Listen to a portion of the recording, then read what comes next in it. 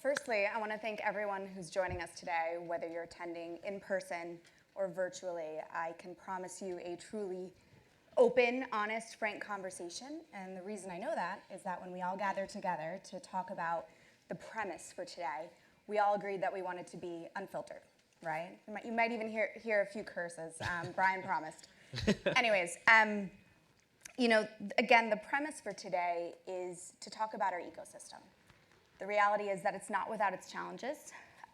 You know, on that spectrum, you have media on one side, you have editors, you have reporters, like our panelists, and then on the other side, you have thought leaders, right? Whether they're from adland, agency land, companies, and then in between, you have PR people like myself, right? Whether, again, in-house or agency. And the reality is that there's room for improvement.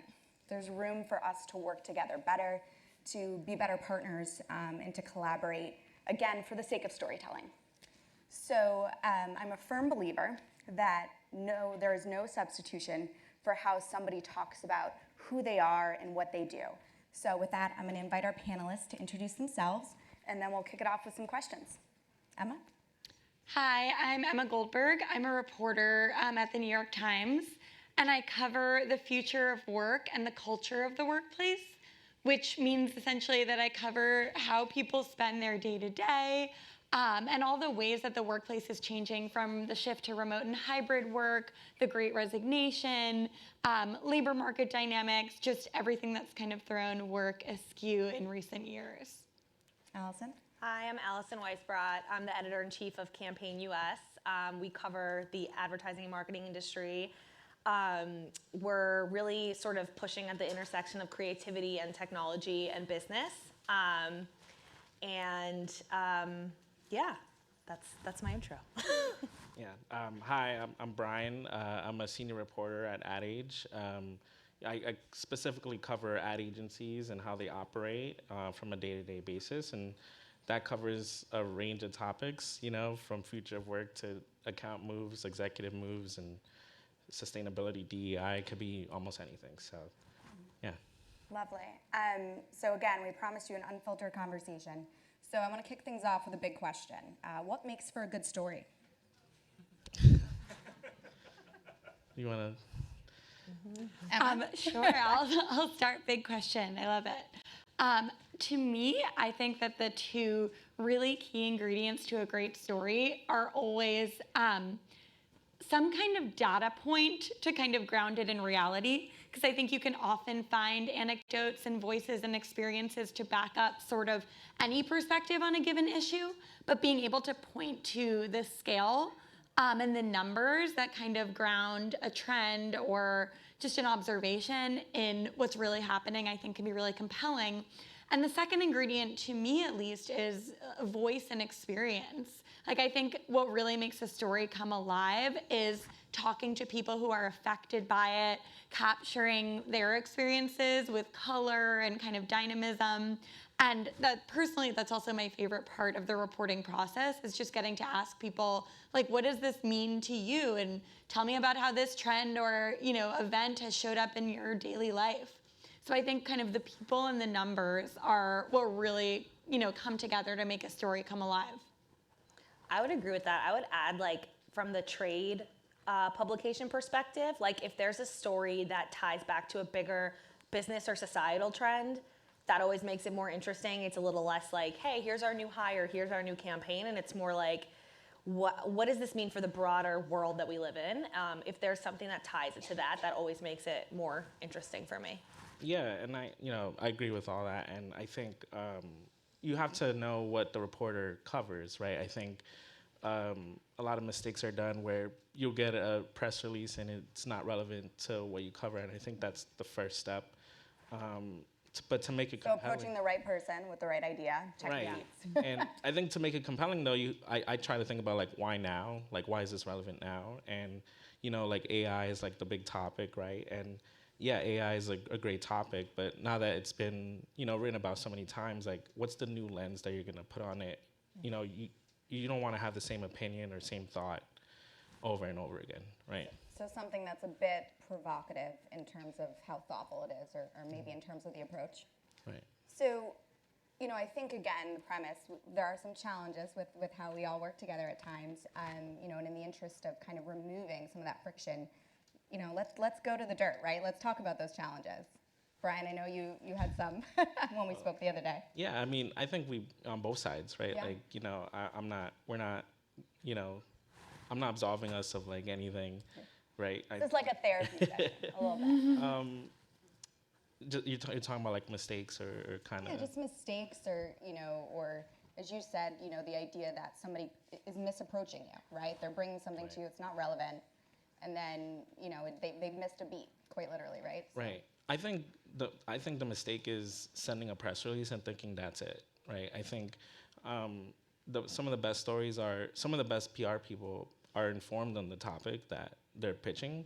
So when I ask a follow-up question, they can give me some background beyond what's in the press release, because very rarely do we want the information that's in the press release alone, right? The top line's great, but a lot of it is jargony, right? So how can we get to the truth of what's being said here rather than, just an email? So someone that's going to connect the dots a little bit more. Right. Alison, your thoughts? Yeah, I would say there's a lot more of you than there are of us. So just do a little bit of research, like what does this person write about? Is this topic relevant for them? Is it something they've written about before? And then I think if you're not getting the sense that we're interested in it, just sort of leave it at that. Like, we'll work together another time probably. But just taking, I think, respecting when no is the answer, and then also just like honing your pitch a little bit just to make sure it's for the right person at the right time is really useful, I think. And also building relationships with people, because I'm much more likely to answer someone who I've met before, who's made the effort to like either come say hi to me at an event or set up a coffee meeting with me and I know them. I think sometimes like the blasted out press releases, like those are very hard to respond to every single one for us. So those are my 3 pieces of advice. Emma, what about yourself? Emma has her email address on her Twitter account, right? Or X account. I get sorry. a lot of emails. Yeah, so you get a lot of emails, I'm sure. Yes. Go through. I mean, I will say the emails that I like gravitate to really reading are ones that show, first of all, that the person on the other end has really engaged with my coverage, with my team's coverage, with like the Times coverage more broadly. And I think also kind of in a way that's like kind of one layer deeper than you might expect. Because I think sometimes someone will say like, oh, I see you've written about quiet quitting, so here's a pitch about quiet quitting. And if you like, double click on the coverage, maybe it's like, oh, when you look at the data, quiet quitting appears to be a trend that's actually not really showing up in, polling and surveys on levels of engagement in the workplace. So maybe like our Times coverage has said, there's a gap between what some of the TikTok and social media trends about quiet quitting say and what the data actually spells out about levels of worker engagement. So then a pitch about like, oh, quiet quitting is clearly a really big problem, here's what to do about it, isn't necessarily showing the same level of engagement with the coverage. So I would say kind of like a couple of layers deeper on engagement always really helps. Like, and then also kind of spelling out the why of like, why did you reach out to this particular reporter? Why did you reach out to this particular publication? And then why it specifically is the story that you're pitching really, given all that research, something that you think will land. So I think just this kind of like telling a story, spelling out the why and showing a really, deep level of engagement with, not just not my coverage, but my team's coverage, my department's coverage, my newspaper's coverage, my kind of, sphere of the industry's coverage. So people who are covering future of work, I think all of that really goes a long way. Another thing, so similar to this topic, we discussed the other day was access, right? So what kind of access are you looking to? What makes, what can we do or what can we offer that would help kind of level up, again, in the interest of storytelling? Alison? Yeah, we talked about just like a lot of the times the people, especially in trade journalism, the people that we have access to are the super senior high level people, which is great because we want to talk to those people, but it's difficult to actually get like inside of your companies and like talk to people who are working day to day on the ground, doing the work, are closer to the work. And I think that sometimes that leads to more coverage that is a little more like talking points focused, and like the executives are very media trained, and I understand why you have to media train your executives, but I think sometimes that that prevents us from going deeper and telling more interesting stories.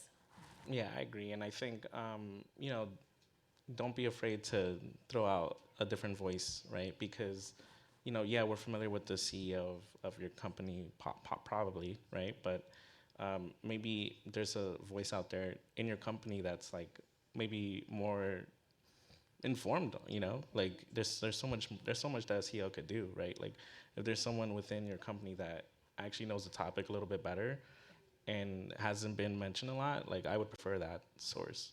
And so also some emerging talent too, right? Right. And just making sure that we're creating a space where it's not just the same voices, ad nauseum. There's some variety, some diversity in there as well. Yeah, one of the things like we're trying to do is just like bring more younger emerging talent into our network so that they can kind of like read Campaign, grow up on it, get value out of it, learn from it. And I think that that's really hard sometimes when they're sort of not accessible. And I think actually on topics like future of work, we've been really trying to talk to the people working at these companies because they have a very different response than their executives about what the future of work should look like. So there are certain topics that just would be better served by talking to more like just employees who work at the company. Emma, do you experience the same kind of access, perhaps, issues at times in terms of who reaches out to you? Yeah, absolutely. I mean, I think I'd very often rather talk to more junior employees at a company than just the senior leadership, because I think often when you decide that you want like a senior leader or executive's perspective in the piece, like you've kind of maybe gotten a little bit further in your reporting, you're ready to kind of finish out the piece. But to me, some of the voices that are most interesting, most kind of surprising and challenging are the voices of younger people and more junior people who are actually experiencing what daily life is like within industries and companies. So that's really critical. Right. Definitely also diverse voices. Like I am always, and I think I and a lot of my colleagues actually like make an effort to track the demographics of people we're speaking with, making sure, are we speaking to women? Are we speaking to people of color? Are we speaking to young people? Are we speaking to like people of all different ethnicities, religions, geographic backgrounds? And so I think when pitches like reflect that effort to bring in diverse voices, that's something I really appreciate as well. Right. So you've heard it here first, right? Our first call to action for today is to open up the pool, right? In terms of who you're creating those media opportunities for, or who you're empowering, right, to create them for themselves. I think that point you just made about diversity is so important, especially because we all know that the ad industry is not as diverse as it could or should be, and especially at the higher levels. So us not being able to access those different levels of talent means by default we have to talk to less diverse people. And I think it's like partly up to us, right, as journalists to like try to ask for those diverse voices and find them. But it would go a long way to have that also on the other side, right? Because like you said, like if you're trying to get attention for your company, having a diverse voice that's very different from what is being written about, I'm probably going to read that email before I read the other email. So a level of proactivity then, and also, right, is needed in terms of who we're suggesting. right. Let's talk about some misconceptions. This was a high point of our call last week. One of the ones that I had flagged was this idea that there are media darlings, right? There are those companies, those agencies that, of course, these, big desirable publications like all of yourselves want to cover. Any thoughts, Brian? I know you had. Yeah. I don't like, it's funny. Like, I think people, there are companies that get a lot of coverage, right? And I think you have to think about it as like, it's a bit layered, right? Like, there's some companies that are so big in your space that it's probably like, no matter what they do, you have to at least as a reporter, like, listen, right? Like, the holding companies, right? WPP, Publicis, right? And then there's other agencies that I write about, like Mischief, that people come up to me and they just ask me like, why are they getting all this coverage? And I'm not looking for them. I'm not looking for any specific company. Sometimes a company's doing good work, right?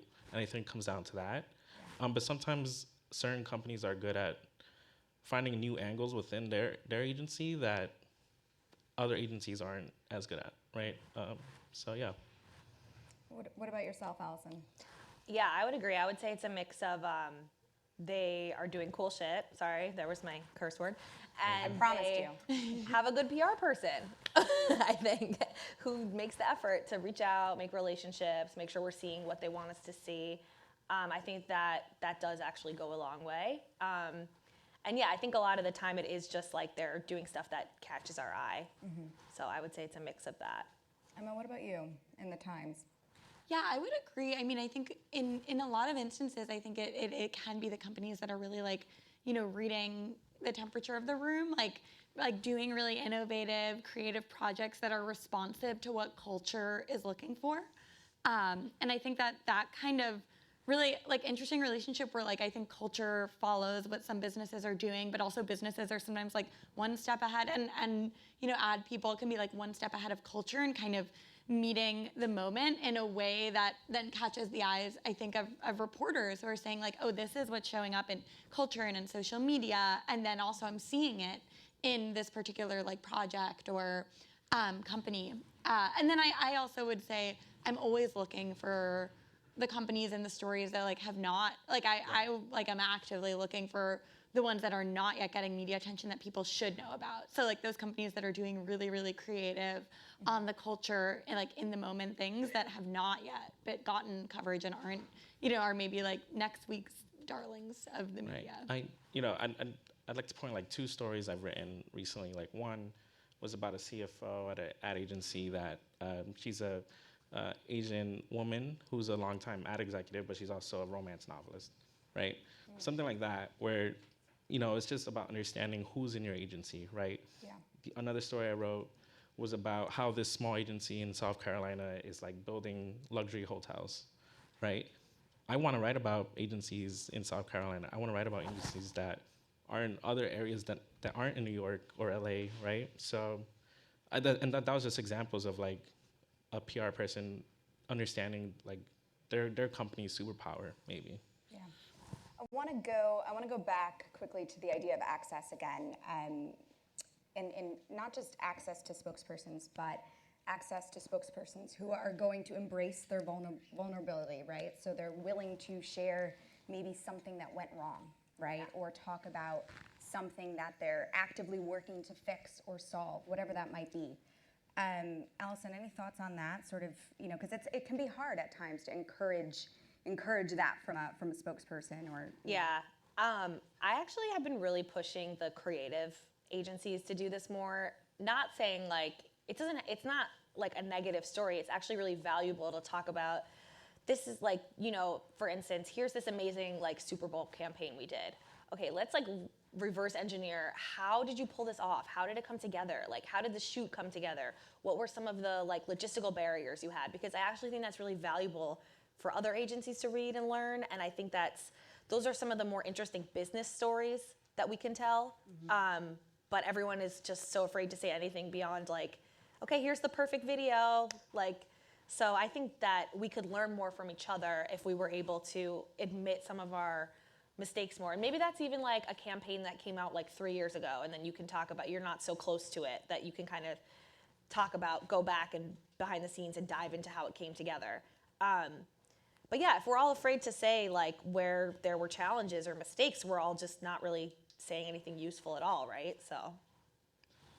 Emma, Brian, anything to add on that point? Yeah, I would just say I think like some of the most interesting stories really live in that tension where people are empowered to speak really openly and vulnerably, and also just get away from like the jargon, and they're just speaking the way they would conversationally with their friends over dinner, and also in the tension of like talking about the challenging moments, the slip-ups, and not just focusing on like finished projects or campaigns or things that went off without a hitch, but like where the tensions and the challenges were.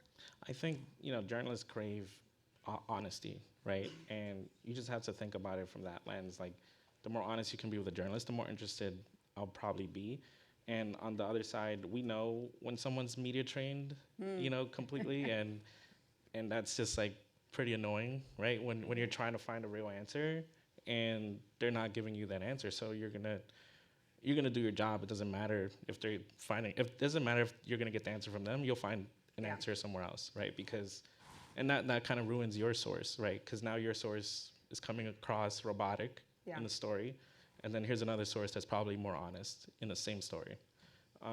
I agree with Alison. Like, peel back the layer a bit, like behind the scenes. How can we get like the advertising industry is so interesting, right? But it's like what makes your ad interesting? Like, what's your 30-second spot? Why is it interesting? You know, it's not just because the celebrity's on it, right? A whole process went through that. And I think through the pandemic, we learned to embrace that a bit, which with production, like being done over Zoom, but I feel like people, like that was more an accepted, imperfect situation. So it was more okay to talk about, but still talk about it. Still talk about what's wrong. Yeah, like wouldn't it be more interesting to, at least I think, to read about like, how did you get this like crazy A-list celebrity in your ad? What was that conversation like? Why did they agree to do it? Like, rather than just like, here they are. So I think that. Well, and Alison had, last week made this this kind of open-ended offer. She said to me, like, invite me to your set, right? If you're, rather than sending this package after the fact of all these media assets, like, maybe I want to be behind the scenes. Maybe I want to see, how you brought something to life, right? Well, I think we'd be more informed if we could see more. Yeah. So. And it might, you'll get a chance to meet the people behind it. So it's like it's a multiple layer thing, And Brian, to your point about, you're going to do your due diligence as reporters, right? You are going to tell a 360-degree story. You are going to find sources to speak to the points that you need to cover off on. So you'd rather, somebody, maybe in C-suite or whoever they are, if you're already in the position of speaking to them, you'd rather them volunteer that information or provide their side or their take of the story, because you're going to find it either way. Yeah, or have like a background conversation. You can talk about it. I feel like saying nothing does nothing. So, but I'm also a journalist, so it's different. Fair, right. Very fair. So I think again, in the interest of this openness and this conversation we have today, is there anything around etiquette that we all could do better? No comment? I can start. Yeah. I would just go back to the point I made about us being a little bit outnumbered. And just, I know that, we don't always have enough time to reply to everything, and it can kind of just seem like, you're sending these emails out and it's not going to a real person, but like we are real people, and it is a little bit stressful sometimes when, people are blowing up your phone and they're blowing up your email and they're blowing up your phone with, did you get my email? And it's like, I did get your email, but just, give me a little bit of grace and time to get back to you, because I'm still trying to figure out how to use ChatGPT, so I'm just a human and I can only do so many things in one day. Emma, what about you? Yeah, I completely agree. I mean, I think especially like just given in our industry how quickly like deadlines move and like news events, like I know like for myself last week, I was like pivoting to try and do some coverage of the war right now.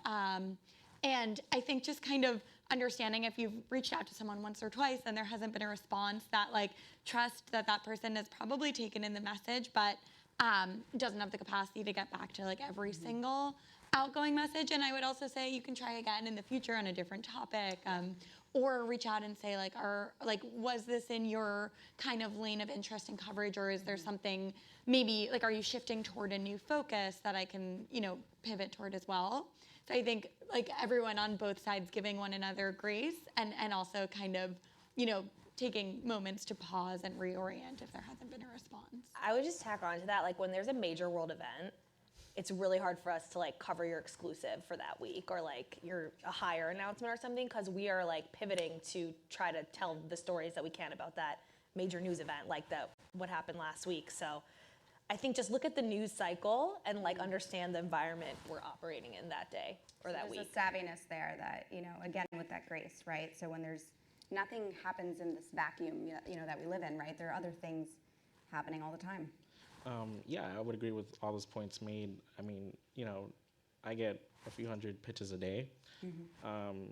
and it's really hard to respond to all those emails, right? And I'm someone, I actually struggle with ADD, and it's even harder for me to read all those emails. Yeah. So, just try to understand that we probably saw it. Like, it's a good chance, right?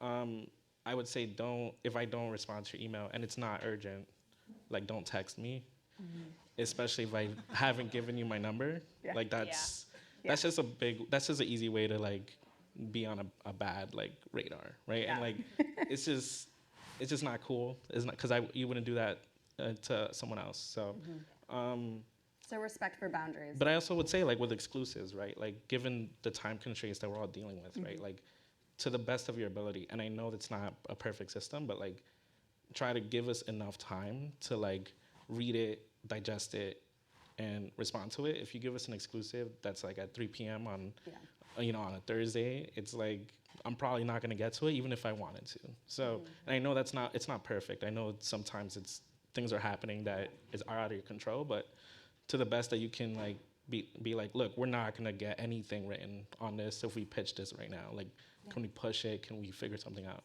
So bandwidth and capacity constraints are very real, right? And you're asking for us to appreciate those a little bit more.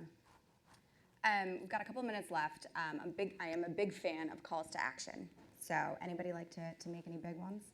Here, we already made one as a group, right? So diversity of spokespersons, diversity of thought leaders, looking across the spectrum of age, demographic, religious, racial, everything, all across the spectrum. Anything else? I know, big question. Subscribe. Yes. All right, I have to say, paywalls are there for a reason. If we want to continue to engage with our media partners, they need, the funds and the ability to do so, right? So they need to be able to hire talent, retain talent. So I'm a big fan. Don't come asking me for a PDF because, there's a paywall and you can't access it. You can solve that problem, right? Yeah, and I would say if you find yourself, like, constantly hitting a paywall of a certain site, like, that's a really good sign to subscribe. Yeah, maybe you should subscribe. And, like, we need a lot of different media outlets that cover, like, all the different industries, all the different cities, and we've seen such like, compression of, like, media outlets that have real subscriber bases sustaining them. So I think, like, if you have some niche site that you check all the time and you're always hitting their paywall, like, that's the best sign that you should be a subscriber. I love it. I would say on the ad trade side, right? Like, I think there becomes this misconception sometimes that because we're covering, like, a specific industry that, we're just gonna accept the press release and post it and that's the end of the day. But, like, I'm here to report on the industry. I'm not here to promote any specific company. And I think because, like, there's that distinction, like, it's an ad trade, so therefore somehow we're lesser. But honestly, like, we're real reporters and we're doing a lot of real work out here. So I would just say that's, I guess, my call to action. I love it. We've got 90 seconds left. Any wish list, stories, any sources, any data sets, any angles that you're, whether you have the bandwidth or not, you've got, in your mind's eye that you want to be able to write about, you want to be able to cover, but you're looking for something, you're hunting for that last element of something. What do you need? I would just reiterate, and this is also my call to action, like, just give us more access to people. Like, we want to know what your junior account executive thinks about going back to the office. Like, we want to know what the, like, diverse people in your company think about your DE&I policies. So I think just give us more access and don't be afraid, because we want to tell good stories. Like, we're not out to get you. We're not here to, like, expose anything. Like, we really just genuinely want to, like, support the industry and make sure that everyone is, like, learning and has a resource that they can tap into that's valuable. Yeah, I would say, take us more behind the scenes, more diverse sources, like Alison said, and honestly, like, things that are moving culture, I find interesting, and I don't know, it's an interesting industry. I think a lot of people are jaded and just trying to remember why it's fun. I try to remember that sometimes, even through the hard shit. So just try to remember, like, why is this fun? Why is this interesting to a people, like a person, so. I know we're at time, but I want Emma to be able to respond.